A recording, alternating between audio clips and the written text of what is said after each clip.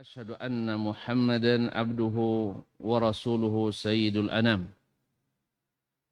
عليه أفضل الصلاة وأتم السلام وعلى آل بيته السادة الأعلام وأصحابه البررة الكرام والتابعين لهم بإحسان ما تعاقبت الليالي والأيام أما بعد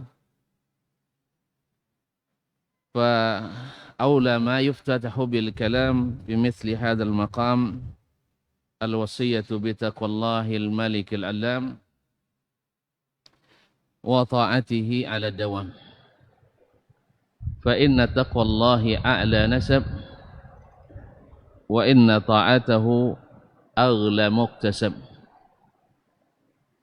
إن أكرمكم عند الله أتقاكم وتزودوا فإن خير الزاد التقوى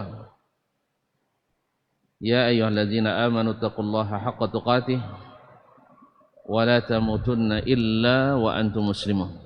Bapak dan ibu-ibu kaum muslimin dan muslimat, al-hadirin wal hadirat, wal musyahidin wal musyahidat, bal wal mustami'in wal mustami'at, para jemaah sekalian yang hadir di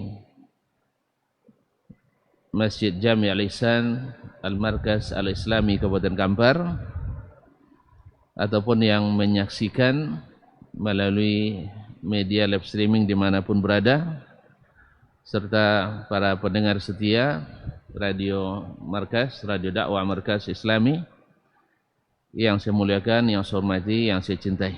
Alhamdulillah atas segala rahmat, nikmat dan karunia Allah, kita diizinkannya untuk sama-sama hadir di salah satu tempat yang paling dicintai Allah.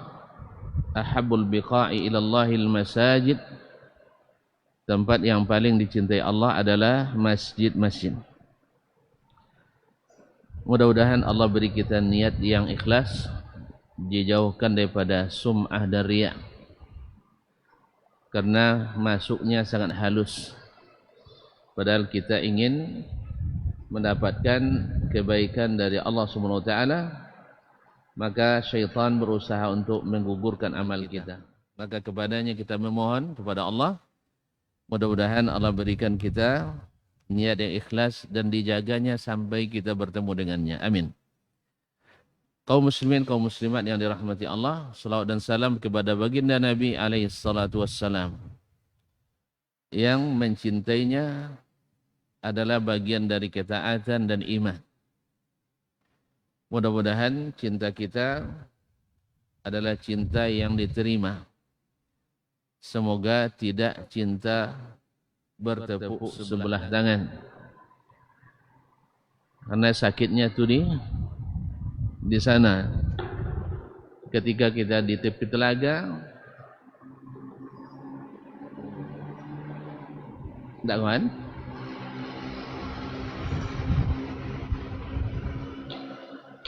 Ulang tadi. Baik. Baiklah kaum muslimin dan muslimat dirahmati Allah, ketika kita bertemu dengannya di tepi telaga, mudah-mudahan kita tidak termasuk yang ditolak. Amin ya rabbal alamin. Oleh itu mari kita berusaha pula untuk senantiasa belajar, untuk tidak keluar dari apa yang dia ajar, tidak keluar dari apa yang dia sunnahkan, karena memang itu yang menyelamatkan, dan mengada-ngada dalam agamanya itu pula yang membuat kita tertolak. Ma'asyiral kiram dirahmati Allah, maka salah satu dari a'immah besar yang juga berguru kepada seorang imam besar, murid Imam Asy-Syafi'i rahimahullah, yang juga termasuk yang berusaha dengan usaha yang besar untuk menjaga, menghidupkan sunnah-sunnah Nabi alaihi salatu wassalam, khususnya dalam bab akidah dan keyakinan. Karena Kadang-kadang sebagian mengira bahwa ulama-ulama fikih kita tidak aktif berbicara tentang masalah akidah dan keimanan. Dan itu adalah dugaan yang keliru, karena manhajnya as-salafus salih dalam menuntut ilmu, al-iman qabla al-ilmi wal amal, yaitu beriman dulu, al-iman qabla al-Quran, yaitu belajar beriman dulu, setelah itu baru belajar Al-Quran, dan ketika belajar Al-Quran semakin bertambah iman. Apa gunanya kita membaca Al-Quran, menghafal Al-Quran, tahu tafsir Al-Quran, tetapi tidak mengimani apa yang ada dalam Al-Quran dan tidak mengamalkan apa dalam Al-Quran, lebih mengikuti dan meyakini apa yang kita pikirkan atau mengamalkan apa yang kita rasakan. Nasallallahu as-salamata wal afiyah. Nah, salah satu imam adalah Imam Abu Ibrahim Al-Muzani rahimahullahu taala, yang merupakan murid langsung Imam Asy-Syafi'i alaihi ma rahmatu rabbi wa maghfiratuh. Terakhir, Al-Muhaqqiq, itu senior saya dulu, Syekh Jamal Azun di Madinah. Al-Muhaqqiq membahas pertama kemarin tentang masalah akidahnya, kemudian akidahnya terakhir bahwa beliau adalah pengikut al-manhaj as-salaf, manhajus salaf dalam berakidah. Siapa yang dimaksud dengan as-salaf adalah Nabi dan para sahabat dan yang mengikuti mereka dengan baik. Bukan semua yang hidup di abad pertama, kedua dan ketiga. Itu secara bahasa iya. Tapi secara istilah yang dimaksud adalah mereka yang istiqamah, tidak menyimpang dan tidak membuat aliran-aliran dalam agama. Yang mereka kenal adalah sunnah Nabi alaihi salatu wassalam. Nama golongan selamat itu adalah Ahlus Sunnah wal Jamaah. Namanya Ahlus Sunnah wal Jamaah. Sifatnya adalah seperti kata Nabi dalam banyak riwayatnya, man kana ala mithli ma ana alaihi al-yawma wa ashabi. Orang yang beragamanya seperti saya hari ini dan para sahabatku menjalankan agama.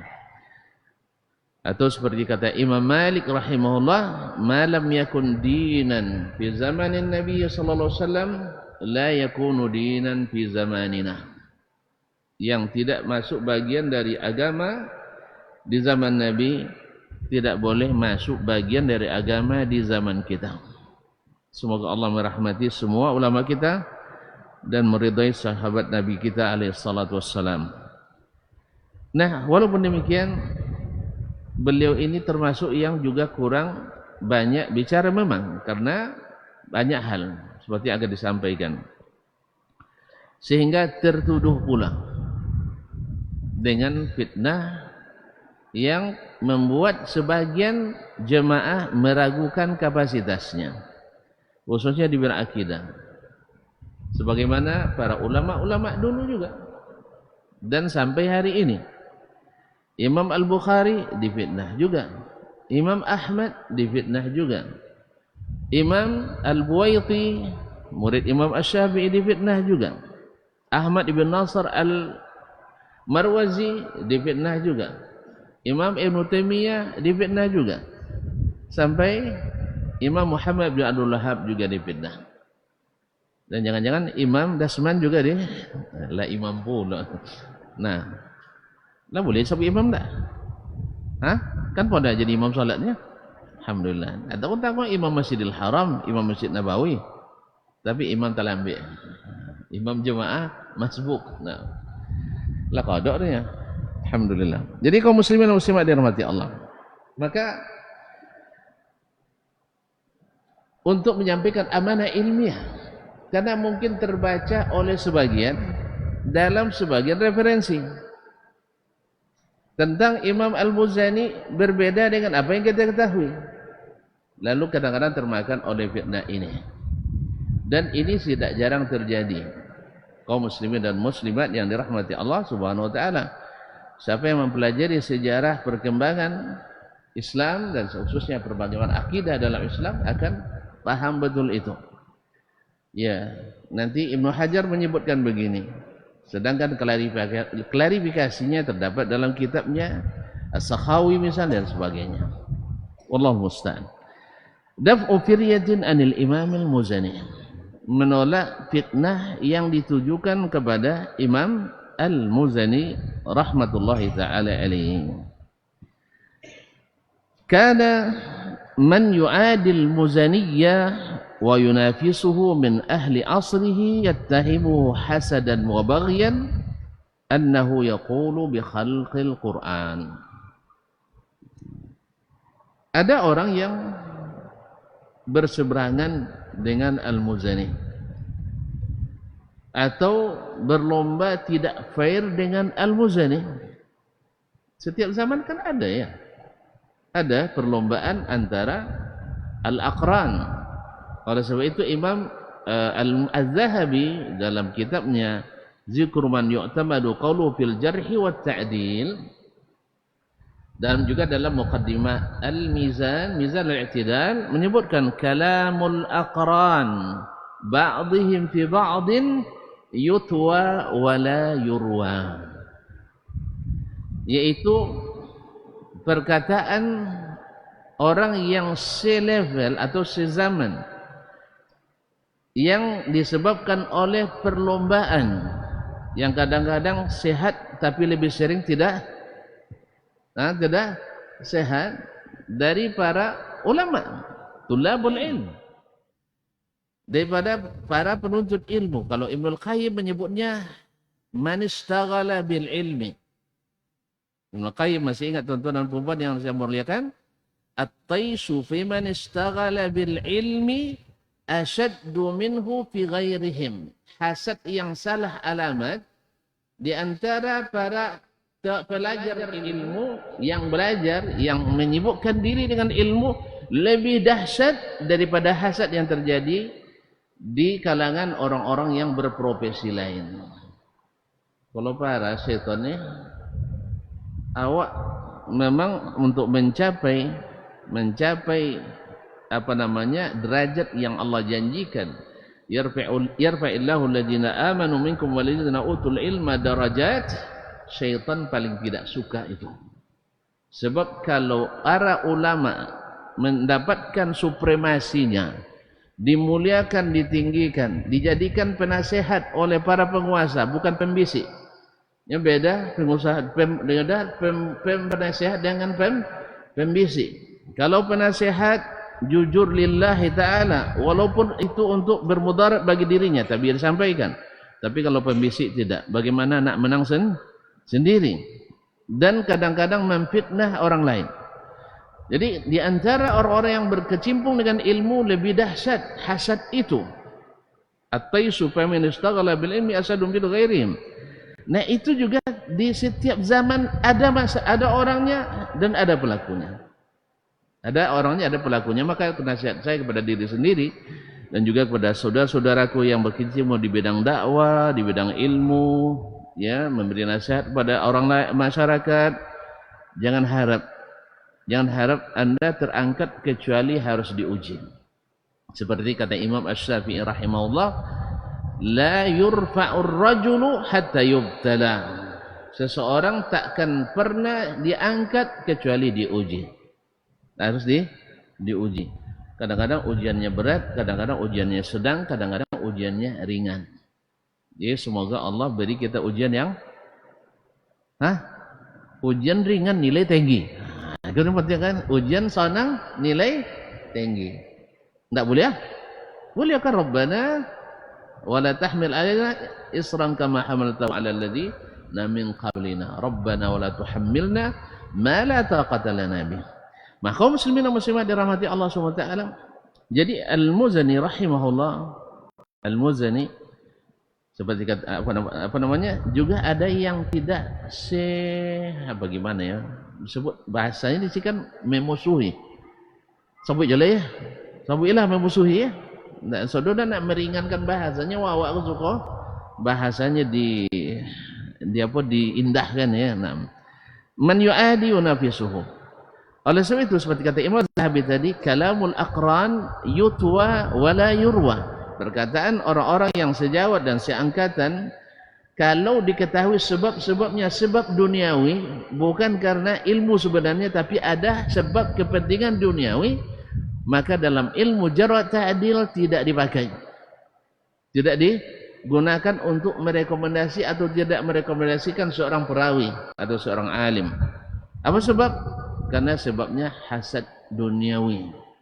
Ini dapat jabatan lebih banyak, ini dapat pendapatan lebih banyak, ini lebih dekat ke penguasa lebih banyak, ini disukai oleh orang lebih banyak dan sebagainya. Kalau itu motifnya, maka ucapannya tidak diriwayatkan. Biarlah disimpan rapi-rapi. Kalau bisa tidak perlu disampaikan.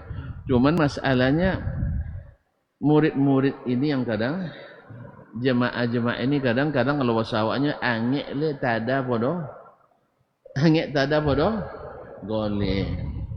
Akhirnya menyebabkan kadang banyak benturan-benturan dalam dakwah. Euforia tidak boleh, gembira ya bagus. Wa amma bi ni'mati rabbika fahaddis. Tapi euforia berlebihan sampai mengucapkan kata-kata yang tidak sopan, itu tidak bagus. Apalagi kalau sampai merugikan dakwah dan merusak reputasi para orang-orang yang harus kita segani, orang-orang yang harus kita tinggikan. Kaum muslimin, kaum muslimat dirahmati Allah Subhanahu wa taala. Hasadan wa baghyan. Dari ahli Mesir, penduduk Mesir yang menuduhnya dengan dasar hasad, dengan dasar kezaliman, annahu yaqulu bi khalqil Quran, bahwa beliau mengatakan Al-Quran itu makhluk. Kan ini kalau di kalangan ahli sunnah, perkataan ini sangat berbahaya, sangat berbahaya. Tapi di kalangan ahli hawa, inilah pendapat yang disenangi dan disuka. Sebab Al-Quran, kaum muslimin dan muslimat yang dirahmati Allah SWT, bagi yang meyakini dia makhluk, bagi yang meyakini dia makhluk, Al-Quran yang ada depan kita ini makhluk, dia tidak akan menta'zim seperti yang meyakini itu adalah kalamullahi ghairu makhluk. Pasti tak sama. Kan yang pertama mencetuskan itu adalah Mu'tazilah, yang diikuti oleh New Mu'tazilah hari ini, kaum liberal. Maka jangan heran kalau mereka mengatakan Al-Quran itu tidak lebih daripada tulisan biasa. Tentu masih ingat dulu saya sampaikan di sini, ada seorang dosen tamatan Eropa, tapi ngajarnya di perguruan tinggi Islam. Mesti kadang lah, dia nyoba press baru Dr. Tazic dari Eropa di depan mahasiswa-mahasiswa baru. Waktu itu terjadi pelecehan Al-Quran oleh tentara Inggris dan Amerika di Irak. Mereka masuk ke masjid, lalu tidak menginjak-injak, mungkin terinjak oleh mereka Al-Quranul Karim. Sehingga banyak protes di seluruh belahan dunia Islam. Lalu sang dosen bilang, umat Islam itu lebay. Kok umat Islam terus yang lebay ya? Kenapa umat yang lain tak ikut lebay? Kalau sempat kitab mereka diinjak-injak oleh umat Islam, kira-kira lebih enggak mereka ya? Cuma umat Islam kan tidak boleh menginjak-injak Injil. Ada kasusnya. Sampai hari ini umat Islam menginjak-injak Bible? Ada? Enggak. Ada kasusnya umat Islam menginjak-injak Talmud? Tidak. Karena kita beriman kepada semua kitab. Tapi orang agama lain dan yang belajar kepada mereka yang beragama lain, ini yang banyak berkasus melecehkan kitab suci Al-Quranul Karim. Jelas ya? Ya. Nah, di antara umat Islam, orang-orang akademisi yang tinggi-tinggi, cerdas-cerdas, berupaya pula untuk punya pemikiran seperti mereka. Lalu dia mengatakan umat Islam lebay. Kan yang diinjak itu hanya kertas. Kertas yang bertulis. Yang Quran yang sesungguhnya itu ada di Lauhul Mahfuz. Memang ada qaul di antara qaulai al-mufassirin bahwa yang dimaksud dengan la yamassuhu illal mutahharun adalah yang di Lauhul Mahfuz. Dan memang Al-Quran semuanya terjaga di Lauhul Mahfuz. Sedangkan yang ini hanya kertas. Kenapa harus lebay? Tentu yang anak-anak ini kan masih baru, apalagi kebanyakan dasar agamanya 2 jam belajar agama sejak SD sampai SMA. Masuk pula jurusan agama, mereka ngangguk-ngangguk aja. Ngangguk-ngangguk. Untung ada satu yang cukup yang cukup peka, yang punya ghirah terhadap kitab suci Allah Subhanahu wa taala. Dia maju di tengah keheningan itu, maju ke depan. Lalu di meja sang dosen ada sebuah diktat yang ditulis oleh sang dosen. Pak, boleh saya pinjam? Oh ya, silakan. Dibaca-baca, dibolak-balik. Masya Allah, bagus sekali nih Pak. Iya, ini 5 tahun saya menulis ini. 5 tahun saya menulis diktat ini. Habis itu diludahin sebenarnya. Habis itu diempas ke lantai, diinjak-injak. Sang dosen marah tak kira-kira Ustaz? Kenapa marah? Kenapa marah? Mana yang lebih mulia Al-Quran daripada tulisan dia, diktat dia? Kan dia tadi mengatakan umat Islam lebih kok marah-marah, Al-Quran diinjak, kan hanya kertas. Kertas yang merupakan produk Indah Kiat atau RAPP. La ilaha illallah Muhammadur Rasulullah. Begitulah hilangnya ghirah terhadap Islam. Kaum muslimin dari orang-orang yang, kalau orang menyebutnya mengalami brainwashing, pencucian otak. Kalau saya tidak menyebutnya brainwashing, tapi adalah mengotori otak. Masa dicuci bersih dia, tapi ini mengotori dengan subuhat yang rata-rata notabene datang dari orang Syiah juga 80% lebih. Jadi di pemikiran barat hari ini yang propagandanya 80% lebih bersumber daripada subuhat Syiah juga. Makanya akan heran kalau orang-orang liberal di seluruh belahan dunia, bukan hanya di Indonesia, tidak akan bersetuju mengatakan Syiah aliran sesat. Ya, gimana pula ilmunya diambil dari mereka banyak melalui orang-orang orientalis. Makanya tidak akan kita dapatkan kaum sekuler, kaum liberal akan sepakat dengan kita mengatakan Syiah aliran sesat. Kalau antum tidak akui dia sesat, kita yang sesat. Karena bagi mereka kita ini kafir, mereka yang beriman. Kalau kita akui kebenaran mereka, kita yang kita yang kafir jadinya. Ma'asyiral kiram dirahmati Allah SWT. Jadi pemikiran khalqul Quran ini lahir daripada orang-orang Mu'tazilah. Kemudian diikuti aliran-aliran Islam yang disebut di belakangan dengan ahli al-kalam, al-mutakallimin. Nah, dosen tadi marah. Kata sang anak, kenapa bapak marah? Kan yang ilmu bapak kan ada di otak bapak. Sama dari Al-Quran ada di Lauhul Mahfuz. Tidak mungkin diinjak-injak pula Lauhul Mahfuz. Kapan pula antum sampai? Kemudian sampai ke situ para malaikat orang suci semua, orang taat, tidak mungkin dia injak-injak. Jadi dia melecehkan Al-Quran dengan cara seperti ini. Lalu dia balas kontan oleh Allah melalui mahasiswa ini. Jadi yang saya injakkan bukan ilmu bapak. Ilmu bapak tetap ada di otak bapak. Yang saya injak adalah kertas yang merupakan media saja. Kalau tadi kan dia bilang hanya media saja. Jadi bukan menginjak ayat-ayat Allah, tapi adalah menginjak kertas-kertas yang di situ tertulis ayat Allah. Marah, oh ternyata marah dia. Ternyata wallahu alam, ya tindakan ini menandakan bahwa tulisannya lebih berharga daripada kalamullah di matanya. So, tadi Al-Quran diinjak orang dia tidak ada masalah, tapi diktatnya diinjak yang tidak ada nilainya masalah. Ada nilai diktat. Apalagi kalau isi sesat pula. Apalagi isi menyesatkan. Diktat paling laku di mahasiswa Bapak Solo, mahasiswa Bali gitu. Iya kan? Kalau tidak Bali dapat nilai si tanah ada ya sih? Ada yang macam itu? Alhamdulillah, selamat aja nunggu. Jadi kaum muslimin dan muslimat kabar lejo. Kabar lejo, tapi entahlah sekini tidak ada lah. Jadi kaum muslimin dan muslimat dirahmati Allah SWT, sedangkan Al-Quran ini tak dipaksa pun kita akan beli, karena kita membutuhkannya, kita memuliakannya, kita mentakzimnya. Nah, dituduhlah Imam Al-Muzani memiliki pemahaman yang mengatakan Al-Quran adalah makhluk. Karena efeknya tadi kaum muslimin, tidak akan dimuliakan orang seperti memuliakan kalamullah.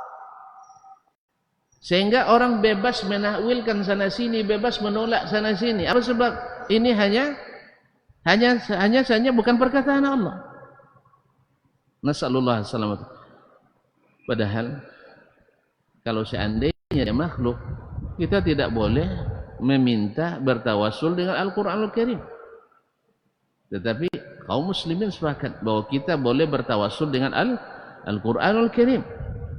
Karena tawassul dengan makhluk tidak dibolehkan kecuali dengan doanya orang yang masih hidup. Orang mati minta doa aja. Ini kalau tonton bebek kau ke kebun mati itu minta didoang dia. Bet wangi ke awak.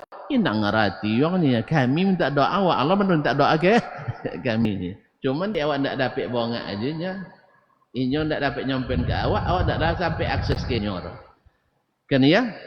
Nya di alam dunia nya ndak nak boleh. Kalau digali kubur memang bangkai basuhnya. Tapi kalau di alam barzakh awak lo ndak nak situ. Cina tonton pekian. Ndak Cina. Kalau ada cerita nak duit legend PP dulu kian. Nyolah sampai kau kian ndak ada balik ada. Jadi ndak bisa kita menyelami sampai ke alam barzakh kecuali ada berita dari yang Maha mengetahui yang gaib, Allah, atau yang kepadanya disebutkan sebagian barang gaib seperti Rasulullah sallallahu alaihi wasallam. Kalau beliau ajarkan, ayo kita ke kuburan Nabi Hud misalnya di Yaman, ayo kita sama-sama minta doa kepada mereka, kepada Nabi Hud, ayo.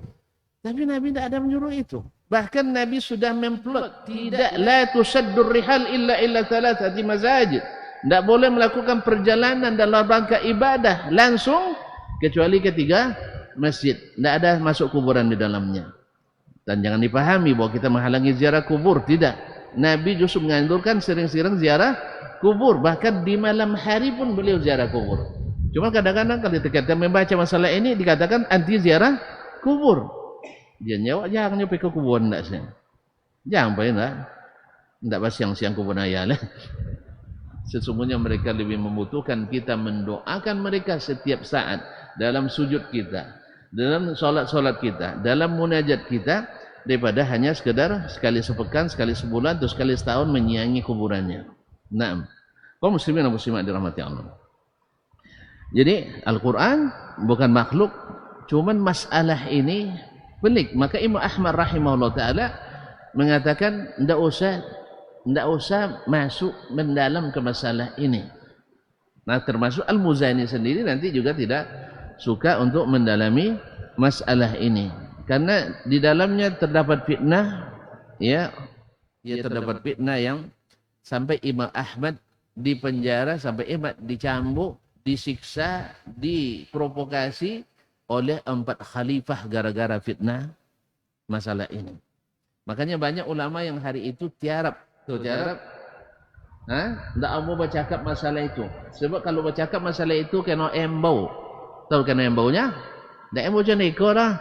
Dapat suek cinta dari penguasa. Dipanggil datang ke istana, dites langsung. Apa nyuang Al-Quran makhluk atau tidak?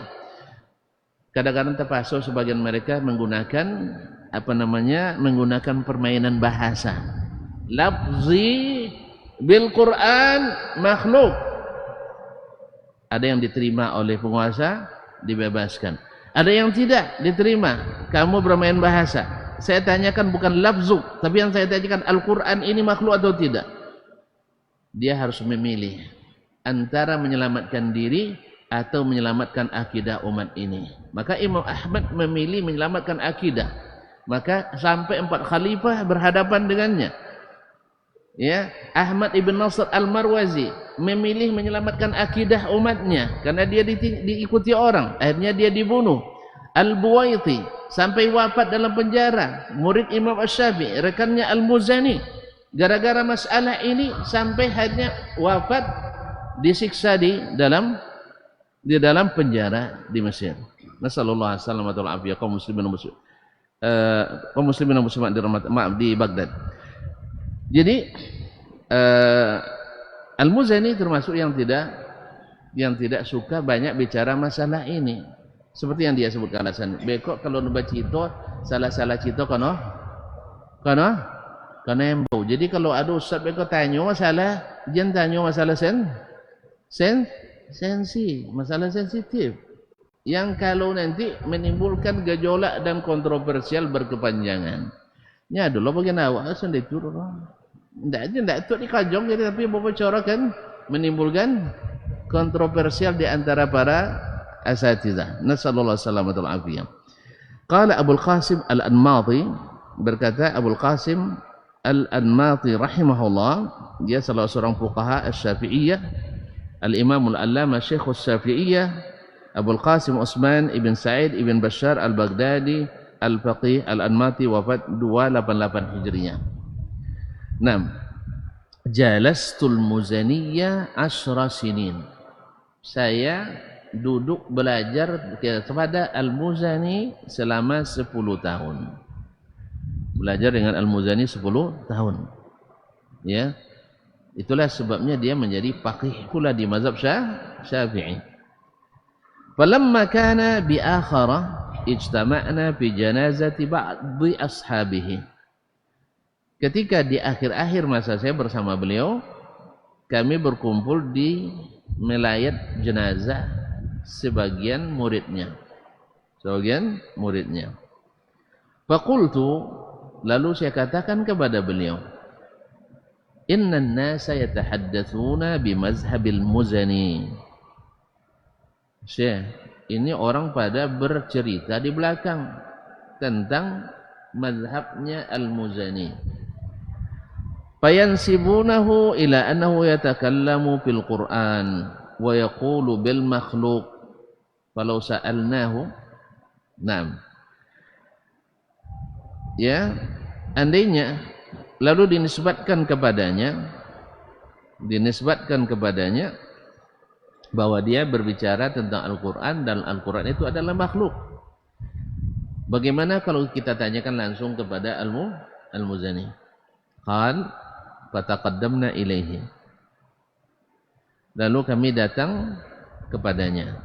Faqulna ya Aba Ibrahim, wahai Abu Ibrahim, Ismail bin Ibrahim Al-Muzani, inna ma nasmu minka hadzal ilma.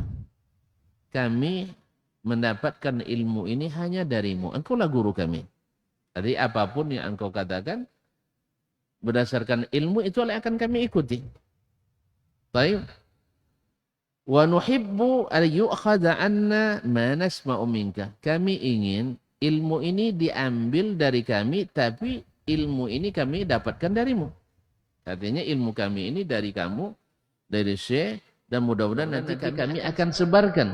Kami akan sebarkan ini. Tolong beritahukan. Wan nasu yazkuruna annaka su'ilta 'anil qawli bima yaqulu ahlul hadits fil Qur'an. Kami mendengar orang-orang menyebutkan bahwa engkau ditanya tentang perkataan pendapat ahli hadis dalam masalah Al-Quran. Wa nahnu na'lamu annaka taqulu bis sunnah. Dan kami selama ini mengenalmu selalu berpendapat sesuai sunnah, mengikuti sunnah. Wa ala mazhabi ahli hadis, dan mengikut mazhabnya ahli hadis. Mengikut mazhabnya ahli hadis. Benar kalau saya jelaskan bagaimana mazhab ahli hadis, ini sudah sering ketika kita belajar dulu tentang Fadlu ilmi salaf ala Ibn Khalaf, sudah panjang lebar kita jelaskan. Ya, la ya'lamuna illa al-hadis. Jadi kalau sudah datang hadis, tidak ada lagi pendapat si fulan dan allan yang menentangnya atau tidak menerimanya. Walaupun dia hafal hadis banyak, tapi mazhabnya tidak mengikuti hadis, tidak disebut ahli hadis. Seperti kata Imam Ahmad rahimahullah, ahlul hadis al-musta'mil lil hadis, yang menggunakan hadis. Kalau orang yang mendengar hadis, menerima lafaz hadis, lalu yang diyakininya bertentangan dengan ada yang dalam hadis, itu bukan ahli hadis. Atau dia menerima hadis, lalu amalnya tidak mengikuti hadis, lebih mengikuti kepada pendapatnya yang tidak didukung oleh hadis lain, berarti juga manhajnya bukan manhaj ahli hadis. Sederhana. Kalau Imam Abu Zur'ah menyebutkan, la ya'lamuna illal hadis. Mereka tidak tahu kecuali hadis. Naam. Wa alamat sabi ahli hadis, falau azharta lana ma na'taqiduhu. Tolong engkau sampaikan, jelaskan kepada kami apa yang harus kami yakini.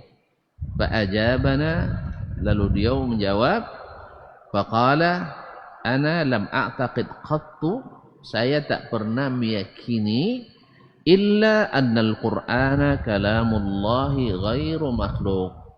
Tak pernah saya berkeyakinan kecuali Al-Quran adalah kalamullah, perkataan Allah, bukan makhluk.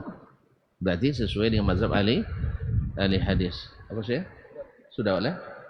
Oh, azan. Baik, silakan. Sudah, lu nanya, lu mana api tu? Itu pita api ya, lu mana ngan?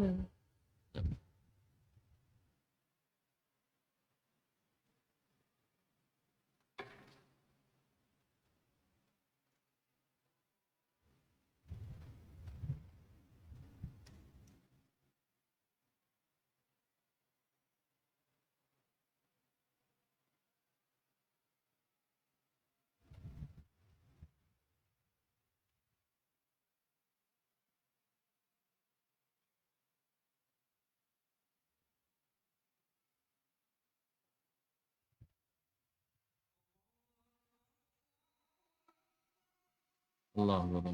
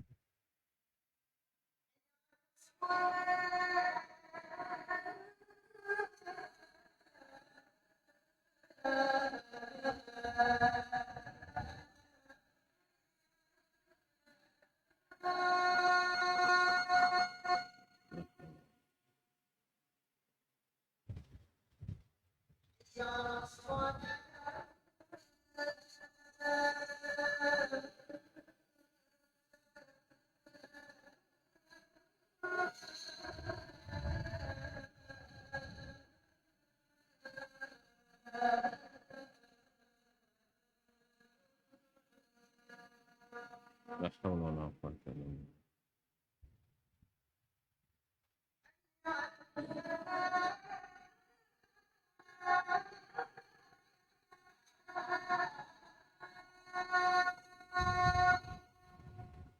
La haula wala. Nampak dan dari kata Islam sebagai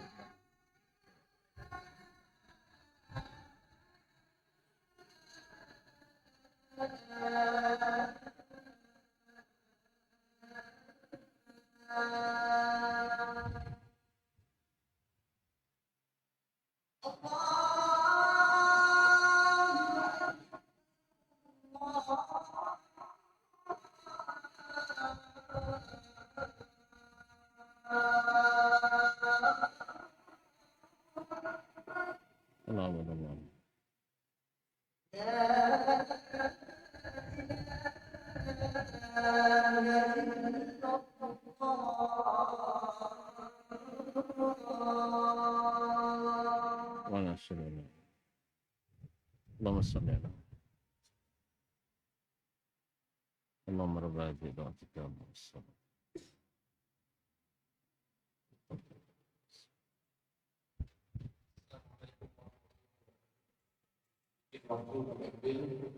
yaitu penyerahan Iqra dan izin Bapak Ibu untuk diserahkan kepada lembaga pendidikan Al-Quran Islami Islam beragama.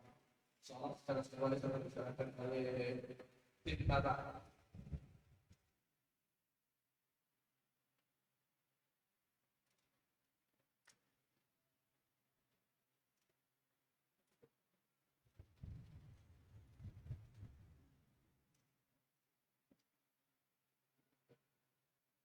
Dalam hal ini, salat diserahkan langsung oleh al-ustaz kita kepada penanggung jawab Lembaga Pendidikan Al-Quran Markas Islami Kabupaten Kampar. Ada kan? Masya Allah. Ini dari netizen atau pelawak dari Baba TV kepada yang telah berwakaf dan berkhidmat, mudah-mudahan dibalas oleh Allah SWT dengan kebaikan yang sempurna dan pahala yang berlimpah. Jazakumullah khairan.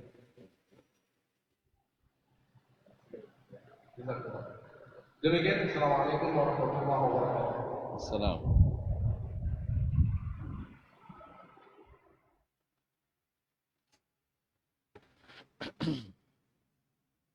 Baik, kaum muslimin, kaum muslimat dirahmati Allah SWT, kita lanjutkan dan bisa diselesaikan. Jadi kata beliau, annal Qur'ana kalamullah ghairu makhluk. Bahwa Al-Quran adalah kalamullah, bukan makhluk. Walakinni karihtu al-khawda fi hadha. Saya tidak mau memperdebatkan ini banyak-banyak. Sebab apa? Makhafata ayakthura alayya. Takut nanti banyak tekanan kepada saya.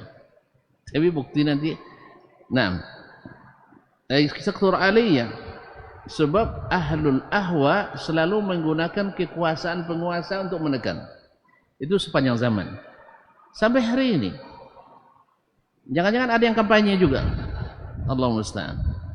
Ahlul hawa selalu menekan melalui penguasa. Tetapi yang namanya hak itu selalu hidup. Ya, selalu hidup, dan kalau penguasa mendukung maka Allah angkat setinggi-tingginya. Tapi kalau mereka menghalangi maka mereka akan rusak reputasinya, bahkan di dunia pun rusak. Di dunia pun rusak. Sejarah mencatat hal-hal yang buruk terhadap mereka. Walaupun di masa hidup mereka seperti berkuasa, tapi di belakang hari mereka tercatat catatan sesuatu yang menyimpang. Beda dengan Abu Bakar, beda dengan Umar, beda dengan Utsman, Ali dan sebagainya, Umar bin Abdul Aziz dan sebagainya. Maka kalau disebut Al-Ma'mun, orang selalu membayangkan ngerinya masa itu. Disebut Al-Amin, sama juga. Bahkan Al-Mu'tasim yang penuh prestasi dalam mengekspansi ke dunia luar, futuhat dan ghirah terhadap Islam tinggi, tapi ketika tersebut ada juga tersebut oleh orang pernah menyiksa Imam Ahmad bin Hanbal, dan terbunuh di zamannya banyak ulama-ulama sunnah besar. Baru di zaman Al-Mutawakkil baru Allah berikan kelapangan kepada ahli sunnah sehingga kembali kepada ini. Masalahnya tadi, akses sampai ke penguasa itu kadang ditutupi oleh mereka, sehingga informasi tentang as-sunnah ahli hadis sampai melalui corong-corong yang terkontaminasi, bukan melalui ahli hadis langsung. Seperti mereka dituduh orangnya kejam, misalnya suka menyalah-nyalahkan. Sebenarnya lebih banyak yang lebih menyalahkan mereka, atau lebih banyak atau ahlul hadis yang lebih banyak menyalahkan?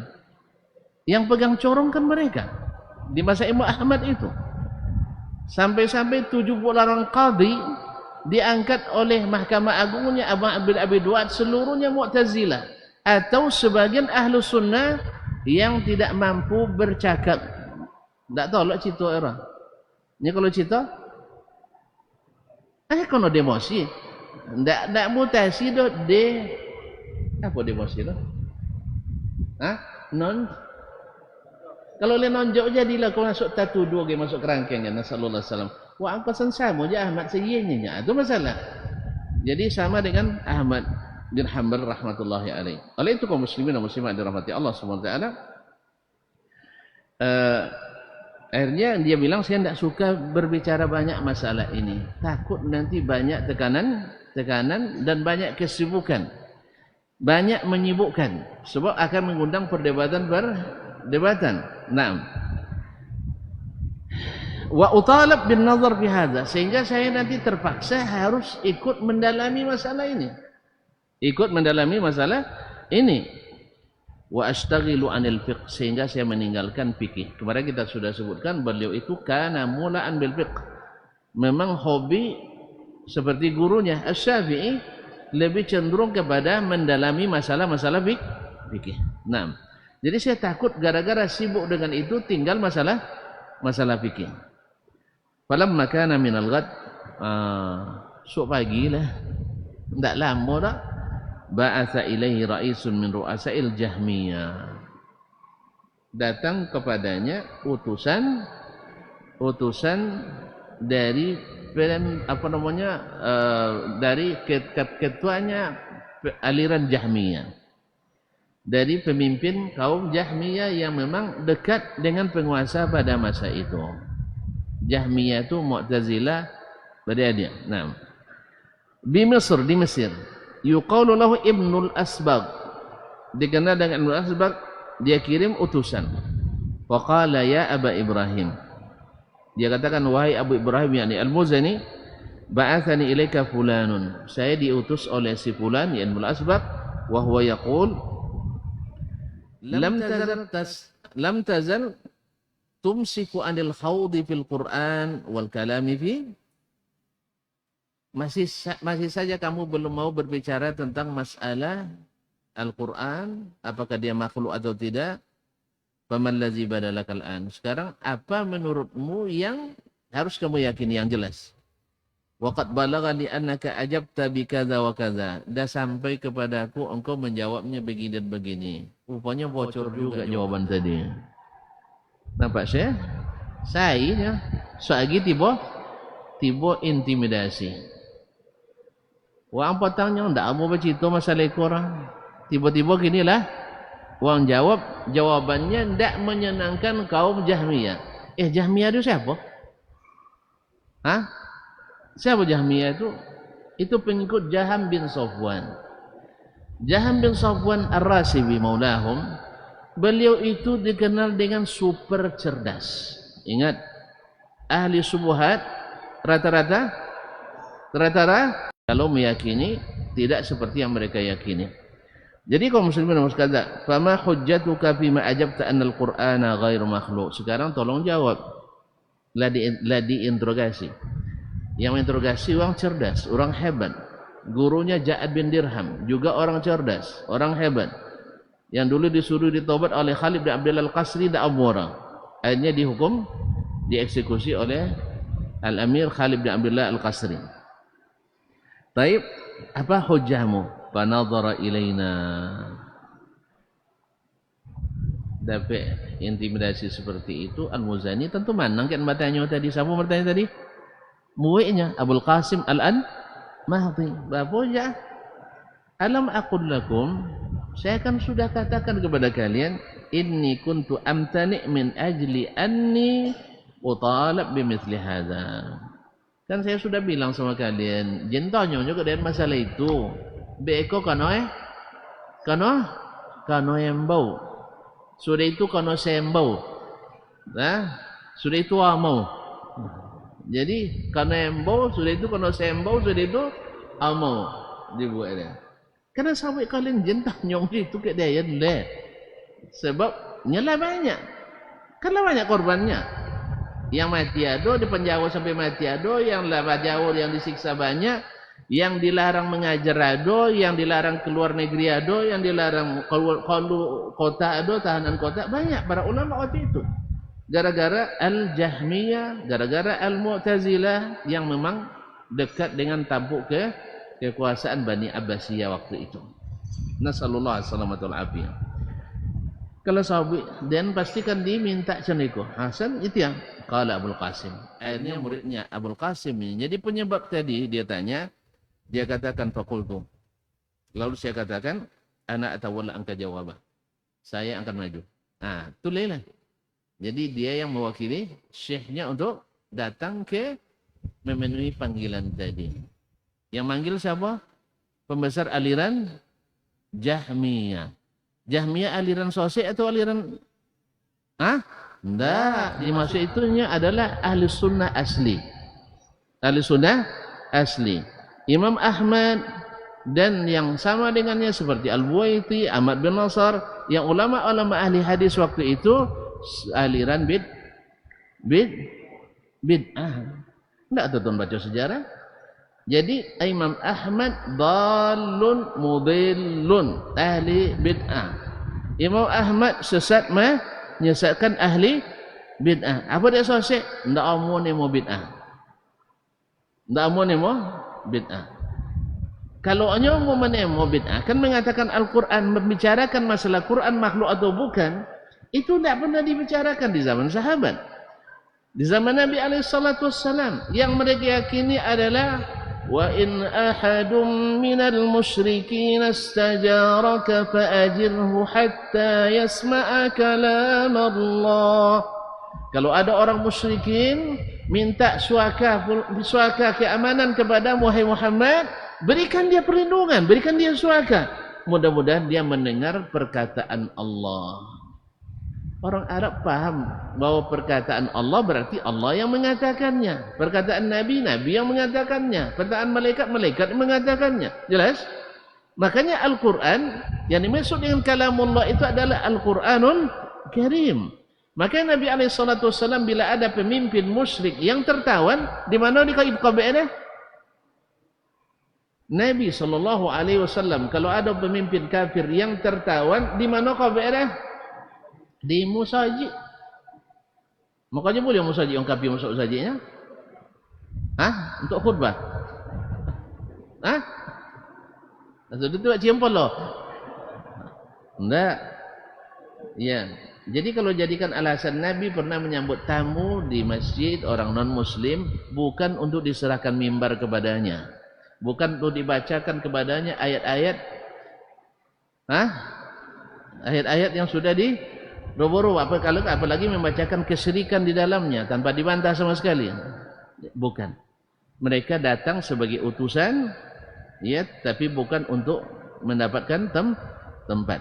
Ya, harus dihormati karena utusan itu sejak zaman jahiliyah lagi itu dihormati. Utusan tak boleh dibunuh. Utusan harus dilayani. Ya. Dan alhamdulillah itu berjalan di kalangan kaum muslimin yang menjalankan agamanya. Walhamdulillah. Tapi bukan untuk memberikan mimbar agama kepada mereka, menyebarkan, membacakan kesesatannya di depan kita. Karena hak mereka pula untuk melarang kita menyampaikan tauhid di tempat rumah ibadah mereka. Kalau masuk ke dalam rumah ibadah mereka, tua sabunnya Isa kan tidak anak Tuhannya. Hak mereka lo melarang. Sah? Makanya jangan khutbah di gereja. Tidak tahu kini no khutbah gereja dan akan masuk orang lo masuk Islam tidak. Tidak orang lo masuk Islam ini jadi masuk. Ini pindah agama jadi. Jadi kaum muslimin dan muslimat dirahmati Allah. Jaham bin Safwan ini adalah orang cerdas, orang hebat, pikirannya dia IQ di atas rata-rata. Itulah sebabnya dia tidak mau tunduk pada Al-Quran dan hadis. Pokoknya Al-Quran hadis harus tunduk kepada pikirannya. Harus tunduk kepada pikirannya. Sesuai dengan pikiran, terima. Kalau tak sesuai, harus diparkir. Bahasanya harus ditakwil. Ini takwil itu sebenarnya asalnya budayanya. Ini takwil itu aslinya tafsir. Tapi beda takwil menurut mereka dengan takwil menurut ahli sunnah. Naam. Lalu kata Abul Qasim, ana atawalla anka jawabahu. Saya akan mewakili menjawabnya. Qala sya'na. Kalau gitu, ayolah silakan, terserah kamu. Famadaitu ilaihi. Lalu saya datangi ketua tadi. Faqultu inna rasulaka ja'ila abi Ibrahim bikadza wa kadza. sesungguhnya utusanmu telah mendatangi Abu Ibrahim yakni Al-Muzani menyampaikan ini dan itu. Faji'tu li atawalla anhul jawab. Saya sekarang utusannya untuk menjawab apa yang ditanyakan. Wa ana ahadu man yahilu anhul ilm. Dan ingat, saya adalah salah satu yang menimba ilmu daripadanya. Faqala ma hujjatuka. Lalu Rais tadi, ketua tadi mengatakan, apa hujjahmu? Apa hujjahmu? Faqultu lahu aqul. Setelah ditanya, katakan kepadanya, saya katakan Al-Qur'anu ghairu makhluk. Al-Qur'an bukan makhluk. Wa adullu alaihi bi kitabillahi wa sunnati rasulih sallallahu alaihi wasallam wa ijma'i ummatihi. Lalu saya sebutkan kepadanya hujahnya dari Al-Qur'an, dari hadis, kemudian ijma'nya umat Nabi Muhammad sebelum fitnah ini. Jadi umat Nabi sejak zaman sahabat sudah sepakat, sudah ijma'. Tidak ada satu pun mereka yang mengingkari Allah berbicara, kecuali setelah lahirnya pemikiran Al-Jahmiyah dan sebelumnya adalah Mu'tazilah ini. Bau babantawang deh. Dahulu kan apa namanya? Sebab mereka berbahasa Arab yang fasih. Naam.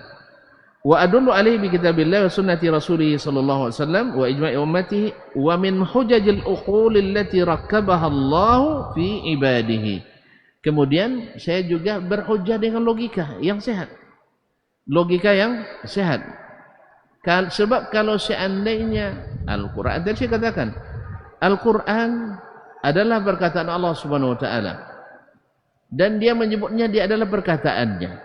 Kemudian kalau dia menciptakan sesuatu, dia hanya mengatakan kun fayakun, kun.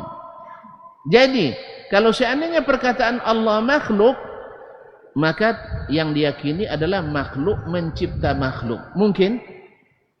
Kan hanya Allah menggunakan kalimat kun. Yang kalimat itu adalah sifat Allah Subhanahu wa taala. Kalau dia makhluk, seperti keyakinan Al-Jahmiyah dan yang mengikutinya, berarti makhluk mencipta makhluk. Di sinilah letak kerusakan kenapa kita mengatakan Al-Qur'an tidak makhluk. Sebab kalau kita akan Al-Quran makhluk, berarti perkataan Allah makhluk, berarti kun yang Allah jadikan untuk mencipta itu berarti makhluk. Nasallallahu alaihi wasallam. Dan seandainya tadi sudah kita katakan bertawassul dengan Al-Quran adalah boleh bijma'il muslimin, sebab Al-Quran dalam keyakinan ahli sunnah wal jamaah adalah kalamullah, bukan makhluk.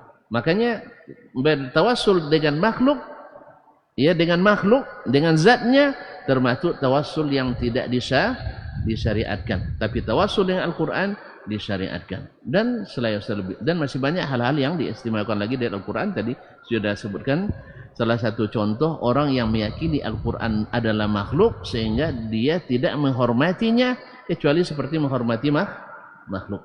Nah. Kemudian fa'auradtu alaihi zalika fabaqiya mutahayyiran. Lalu saya sampaikan kepadanya dalil-dalil akli, Al-Quran, hadis, jelas mereka miskin. Tapi Al-Quran dalil-dalil logika yang sehat, akhirnya dia terheran-heran, tidak bisa menjawab. Dan itu sebenarnya yang terjadi. Ketika dipertemukan Imam Ahmad dengan Ahmad bin Abi Du'ad, Ahmad bin Abi Du'ad selalu memframing kau pas wong kini kau. Ya, nyom buat framing soko wong dek mam framing gay. Allah musta'an ala kulli hal. Iya, framing istilah roh. Di framing oleh Ahmad bin Abi Du'ad Al-Mu'tazili. Ahmad tu ndak ngerti apa joro. Siapa mau pala hadis kau joronya. Jadi Ahmad kau ndak menggunakan logika, ndak berilmu, sesat menyesatkan ahli bid'ah. Menurut siapa? Menurut ahli bid'ah. Subhanallah. Lalu ambong munazarah, berdebat dengannya, karena mereka percaya diri. Langsung nyobi Imam Ahmad banget, tentu amu malah. Hanya disuruh Mu'tasim meminta kepada utusannya untuk menemui Ahmad bin Hanbal, dipanggil ke depannya untuk berdebat dengan Ahmad bin Abi Du'ad. Apa kata Imam Ahmad? Ya Amirul Mukminin, ana la unadhiruhu. Saya tidak mungkin bermunazarah dengannya sebab dia jahil. Dia ni orang jahil. Tapi tidak tahu dia jahil. Tapi Mu'tasim memaksa. Harus juga dilakukan. Akhirnya dipersilakan. Silakan kamu mengatakan. Diberikan kepada pertama kepada Ahmad bin Abi Du'an. Semuanya baik secara logika maupun secara dalil Quran dan Sunnah terjawab tuntas oleh Imam Ahmad. Jelas? Nah, seperti ini juga. Cuman ketika Imam Ahmad mengajukan pertanyaan sederhana tapi tidak bisa dia jawab. Sekarang kamu mengatakan Al-Quran makhluk? Iya. Tolong sebutkan satu huruf dari Al-Quran atau satu kata dari hadis Nabi atau satu sepatah kata dari sahabat yang mengatakan apa yang Anda katakan. Apa manung sama manung ini? Ahmad bin Abi Du'at tapanung, awak pun tapanung memang. Tidak akan ada Al-Quran yang mengatakan bahwa Al-Quran makhluk. Al-Quran menyebut bahwa Al-Quran itu adalah kalamullah. Tidak akan ada dalam hadis yang mengatakan Al-Quran makhluk. Yang ada adalah Al-Quran kalamullah. Dan tidak akan ditemukan satu pun sahabat yang mengatakan Al-Quran makhluk.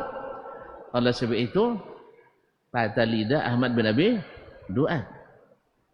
Akhirnya apa kata Mu'tasim? Kan tadi sabui uang tidak nawin uang sanura. Cuman masalahnya, ingat kaum muslimin, walaupun sudah jelas kebenaran Ahmad bin Hanbal, gengsi kekuasaan tetap ada. Makanya kalau berkuasa kurang-kurang takwa ya, itulah langsung mayong pembisik iko, payan cabui.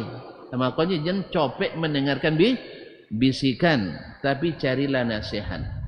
Buat seperti Umar bin Abdul Aziz ketika diangkat jadi khalifah, yang dicarinya bukan pembisik tapi penasehat para ulama terbesar dan yang paling zuhud di zamannya. Dipanggilnya Urwah ibn Zubair, salah satu dari 7 fuqaha Madinah di masa tabi'in. Dipanggilnya Salim bin Abdullah bin Umar bin Khattab, yang merupakan satu dari 7 fuqaha Madinah di masa tabi'in. Dimintanya Kharijah ibn Zaid, yang juga salah satu ulama besar di masa itu. Sehingga nasihatnya mengena, bukan provokatif. Kalau berkuasa tuanku berkaya, sodo ahli bid'ah diapui monya. Tidak. Sebab ahli bid'ah bukan untuk ditindas, bukan untuk ditiadakan, bukan untuk dizalimi, tapi untuk didakwahi bil hikmati wal mau'izatil hasanah.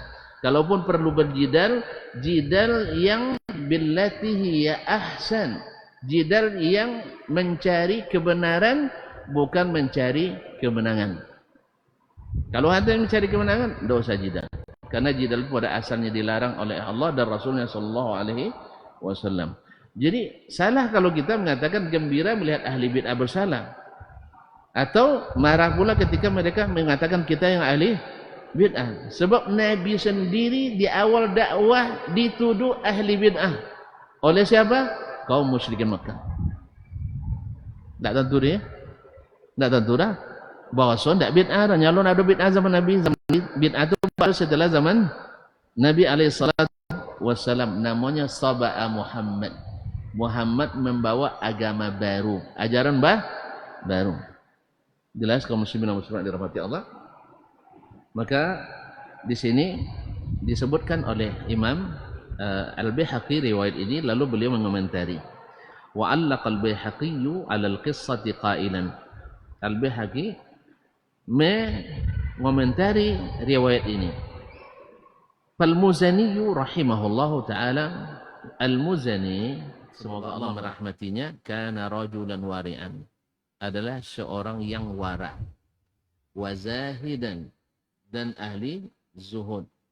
Yatajannabus salatin, tidak suka dekat-dekat dengan penguasa.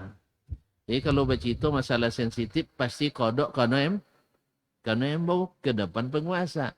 Ini tidak mau roket dengan penguasa. Jelas? Ini tentu dia kalau dekat penguasa kau payah bercerita. Apalagi kalau lah banyak dah Lah banyak dah? Dapat 6. Atau ingin suatu jabatan tertentu. Tak payah cito. Makanya beliau tidak mau yang seperti itu. Karena itu masalah viral di zaman itu, beliau tidak mau ikut banyak membicarakannya. Baik. Famtana aminal kalami makhafata yubtala bidukhuli alaihim, sehingga beliau tidak suka membicarakan itu, takut nanti dipanggil terus kepada mereka.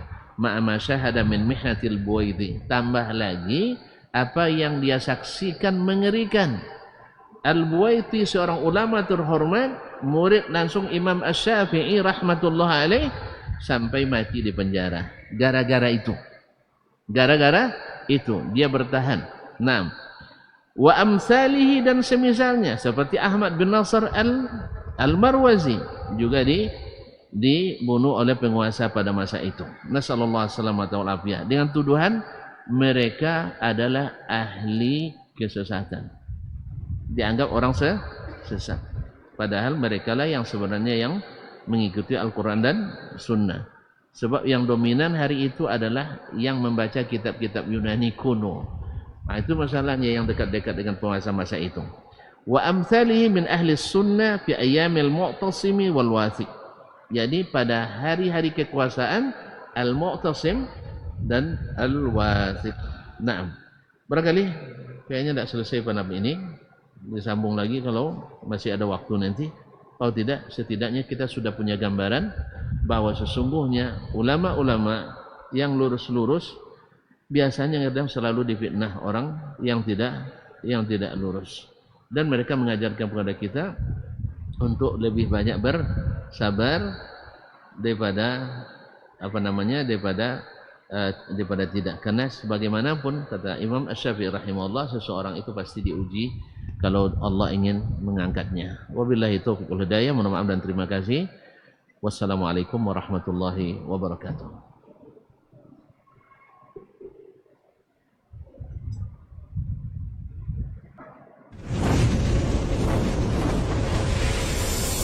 Baba TV Sunnah, belajar agama baru alim.